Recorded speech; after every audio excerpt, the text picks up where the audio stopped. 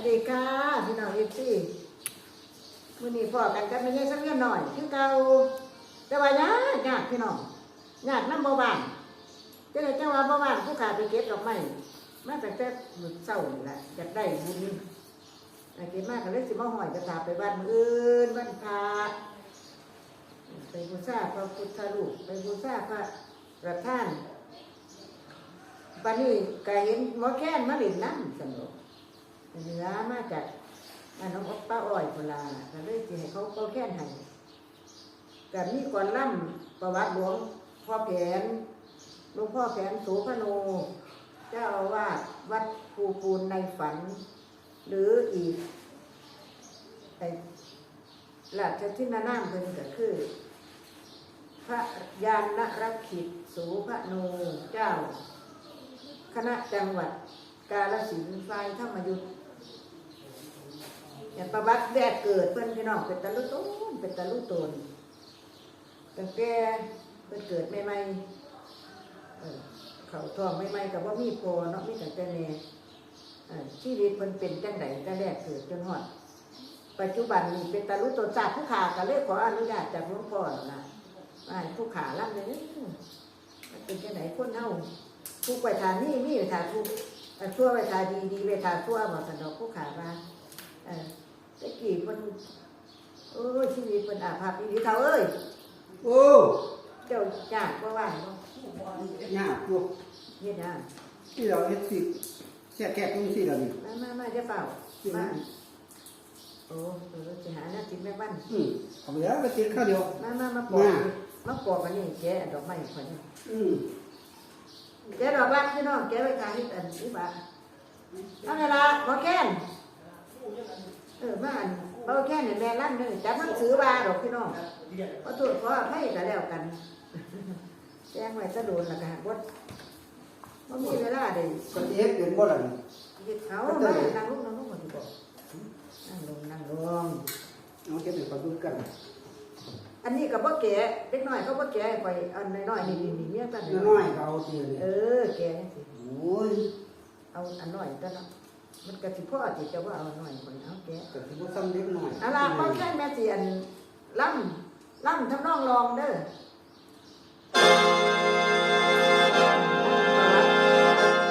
หลวงพ่อแผนหลวงพ่อโน่แรกเกิดเพิ่นเป็นจังได๋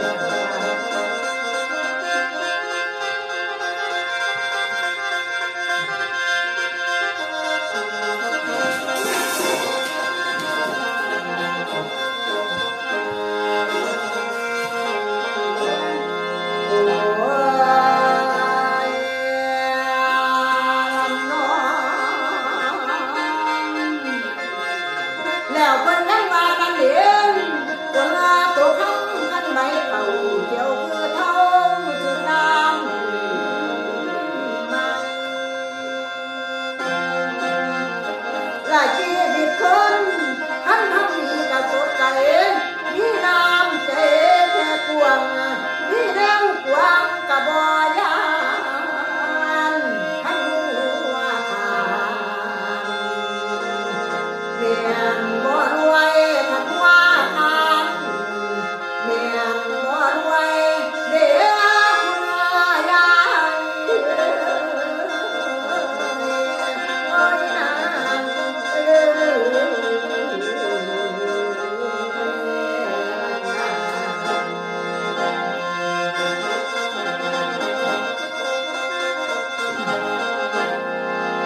แล้วคุณแม่เอ้ยอยากมาฟังรถก่อนเป็นคำก่อนย้อนความเก่า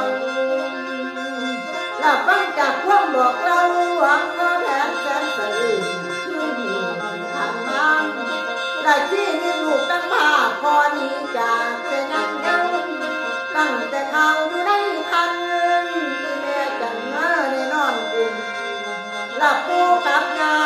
เมื่อถึงตุ้มจังเสื้อว้าวเลี้ยงคนทุกยาความลำบากมันเลือกเกิดบ่ได้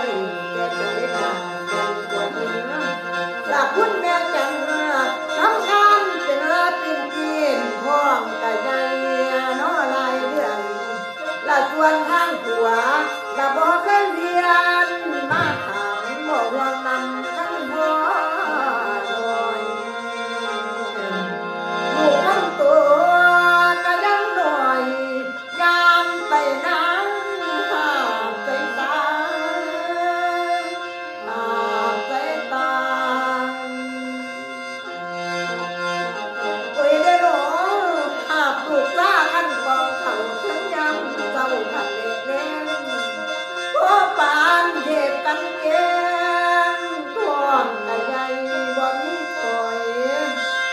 ละไปสิมาหาพื้นให้อยู่กันละโนทางสมัยตะกี้ออกลูกก็ต้องอยู่กันเด้นอนทางไฟ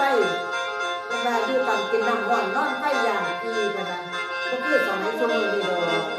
สมัยชุมมือนี่จะเริ่มไปรถพยาบาลฉีดยาปั๊บว่าจะออกได้ก็ต้องมีเจ็บกับไปผ้าออกสมัยตะกี้ทุกอย่างแล้วคือออกตามธรรมชาติแต่ก็นอนคู่กันเอาขึ้นสิขึ้น ย่างเห็นบ่ เออย่าง ส่วน ย่างแล้วไปที่มาหาพื้นให้อยู่กันละโนทาง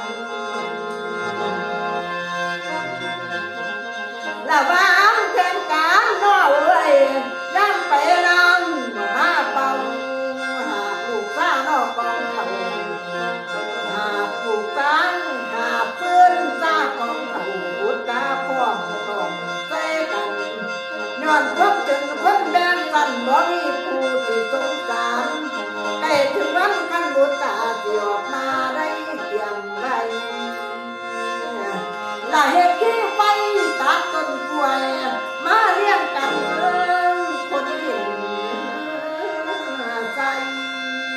น้ำติดไหครบถ้วนบ่ได้กำละบ่มีใครมาช่วยคำฟื้นโดนให้เอาควันซับหลับเอาหมดทั้งมวลส่วนไหนบ่เคยทองละบ่เคยดำดำไปหัวขอขึ้นหนีกับหัวเก่ามาถึงยามท่านเจ้าเข้างานดาเจ้าเฮ็ดผู้เดียวเกี่ยวเข้าไปของคนปั้นดินดันย้อนความเจ็บเด็ดเข้าไปในยามแก่ตายแล้วทางเจ้าเบาพี่น้ำเดินพี่บ้านเทวดาให้มาซอยแน่โผด้วยเดนออันความเจ็บปวดหัวแห้งตื่นใจคือได้เกี่ยวเข้าเสียฟังเสียงดังต้มฟาดเข้าแทงเด้อเสียงกันละแม่ยายจันในทนหูผู้ขั้นบ่ทันมุมผมคือเขาบ่มีได้เอามือยิงมือละน้อยเป็นตาลุตุนตาไม่แม่ฟาดเขาคือมูบ่ได้สมัยตะกี้บ่มีรถสีเด้มีแต่ฟาดเอาแม่ยายจันแล้วก็เฮ็ดบ่ได้แล้วเอามือเหี่ยวเมื่อละน้อยแล้วหากเมื่อนั้นสู่มือจนแล้วเกือบแม่นตายละบ่แม่นเราที่ลายเป็นเรื่องความจริงละบ่ได้ยินแนวเสริมแต่งตึงให้คนเราเก้าเดือนไปหลวงพ่อแผ่นอนในท้องปากห้องตนลูกขึ้นน้ำรับคำสั่งที่พระเจ้าใส่ตาคุณและให้บ้านเกินว่ามีใครมาดังรุ่นนี่น้องแม่อยู่คนเดียวมาเป็นหมอตำแยงคือว่าคุณตาดวงแสงเดือนควงเมื่อวันศุกร์ปีพศ2495วันมากาบูชาเดือนกุมภาจำไว้แม่เอาแล้วเราบอกว่ายัง เบิดแล้ว ใช่เลยได้ตั้งซื้อเด็กชายแผนย้อนวางแผนตั้งแต่ต้นก็เลยได้บอกใจน้ำละคนเฮาเอ้ยกันไขถูกละมีแต่คนเหยียดยำเศร้าหรือคำแน่ทนอูเลี้ยงลูกชายสองคนได้ถูกจนน้ำตาย้อยลูกเอื้อนมือได้กินหวานเดินตาน้อยบาดตาตัวนี้นะให้บ่มีหอดคนโอยแนวเด็กน้อยบ่มี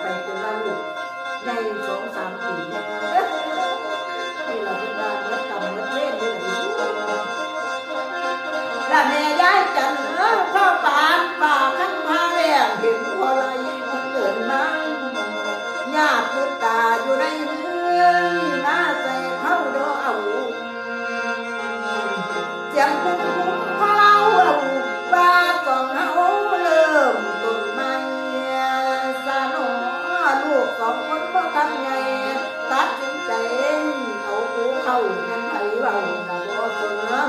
เวลาการหวงบนมีลูกไม่ทวงหลายมีทั้งดินทั้งยายผู้ซอยเมียงท่านนี้หน่อยน้องยังเป็นเด็กน้อยการหากินกะลำบากหากแม่หลวงพ่อแผนแม่นว่ายังกันอ่อนน้อยก็คอยทำตัวสวนลาก็คอยท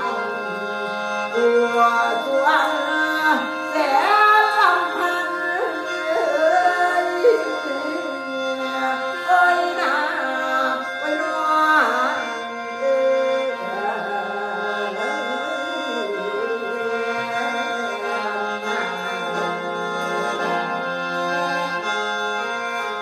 ไม่เป็นอรุณตนจากที่หลีก็ละนอก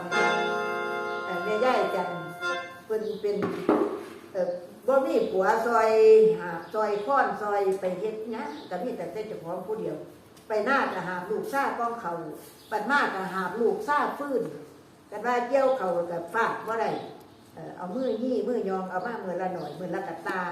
เอามาหลายบ่ได้เพราะว่าลูกก็ยังน้อยลูกก็ย่างบ่เป็นย่างบ่ทันได้เป็นก็หาลูกท้องใหญ่ๆก็หาลูกซ่าฟื้นบัดสิออกลูกก็ไปเฮ็ดขี้ไฟไว้เฮ็ดผู้เดียวตัดน้ำขึ้นมาไว้ถ้าใส่ให้มันพ่อมุมอยู่กับเพิ่นว่าออกลูกก็บ่มีผู้มาเบิ่งมาแลมีแต่หน้าบ่าวคือว่าพ่อใหญ่ดวงมันเป็นหมอตำแยขอบคุณเด้อพ่อใหญ่ดวงเอ้ยที่ซอยเบิ่งซอยดูแลแม่ใหญ่จันเนาะอันนี้เป็นประวัติแรกเกิดของหลวงพ่อแผนโสภโนหรือพระยานรักขิตโสภโนเจ้าคณะจังหวัดกาฬสินธุ์ฝ่ายธรรมยุทธเจ้าอาวาสวัดภูปูนในฝันอำเภอสมเด็จจังหวัดกาฬสินธุ์ขอบคุณค่ะ